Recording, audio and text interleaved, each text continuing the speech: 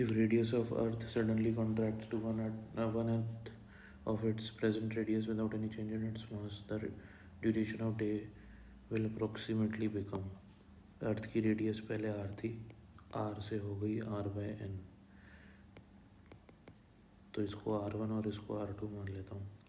मास में चेंज नहीं आया, तो टाइम में क्या चेंज आएगा?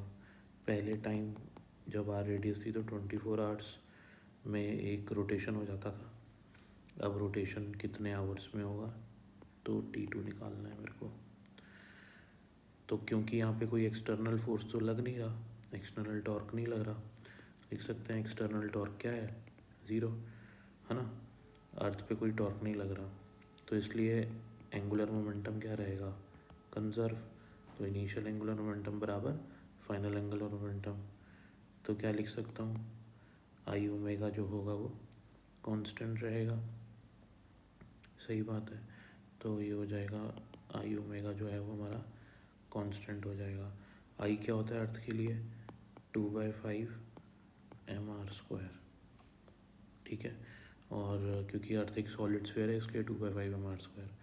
ओमेगा की वैल्यू, क्योंकि मेरे को टाइम निकालना है तो ओमेगा को टाइम में कन्वर्ट कर दूंगा 2π/t। ये जो हमारा इनका मल्टीप्लिकेशन रहेगा ये कांस्टेंट रहने वाला है। ठीक है। अब यहाँ पे हम लोग देख लेते हैं कि कांस्टेंट टर्म क्या क्या है। देखो 2, 5 मास ये कांस्टेंट रहेगा, है ना। 2π भी कांस्टेंट रहेगा। तो बदल क्या क्या रहा है? एक तो टाइम बदल रहा है और एक रेडियस बदल रही है। तो इनमें रिलेशन कैसा आएगा? देखो जो जो का टर्म्स कांस्टेंट है ना उनको ले लो RHS में। तो ये 2π 2/5m इनको ले लो RHS में।